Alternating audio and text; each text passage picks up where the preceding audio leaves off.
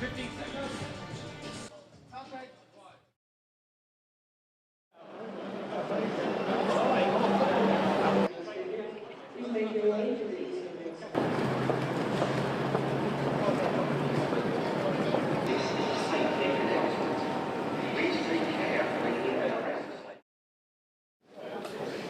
We're here in St. Pancras International, just waiting for the train to go to Belgium. Haven't eaten in about 2 days and very, very nervous, so can't wait to get the weigh-in done, and then I can eat whatever I want. And then tomorrow I'll try and turn these nerves into anger, and it's fight time.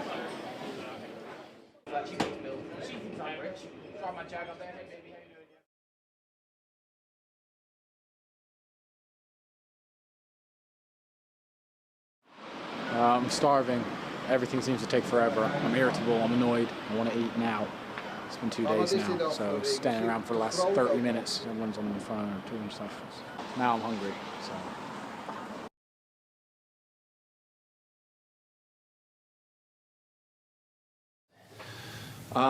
The problems with the weigh-in yesterday, weigh-ins are never straightforward. Because you're trying to cut so much weight, I had to lose 1.5 stones to make my fight weight.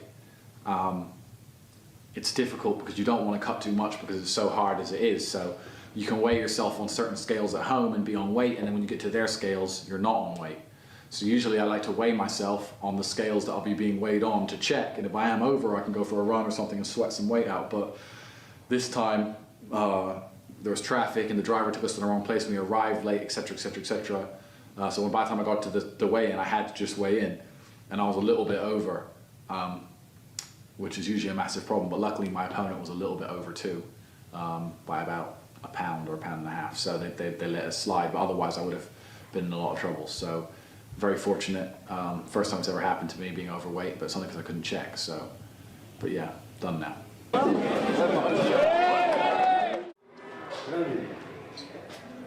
Ja. Ja. Ik weet dat niet. Now that I've weighed in, I feel a lot physically better, but I'm a lot closer to the fight, so mentally I'm a lot more nervous.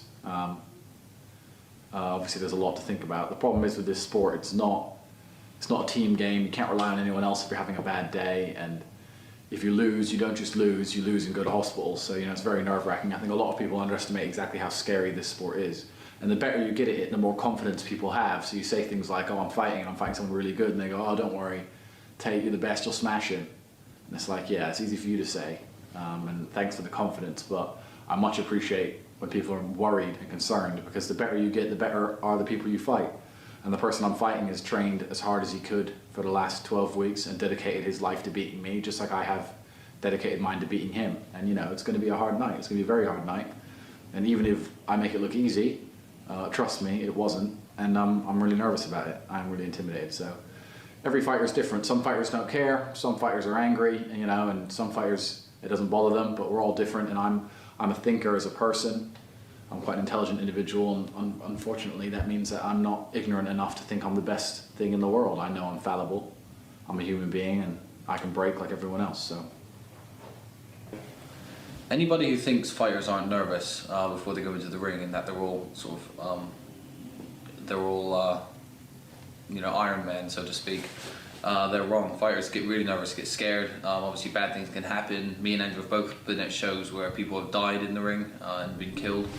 So everyone has nerves, but the moment you get into the ring and the bell goes, it's like something else takes over. All the nerves disappear out the window, and then it's fight time. And especially after the first 1 or 2 minutes, once you work out how the guy fights, you're confident in yourself if you're going to win or if it's going to be a hard day.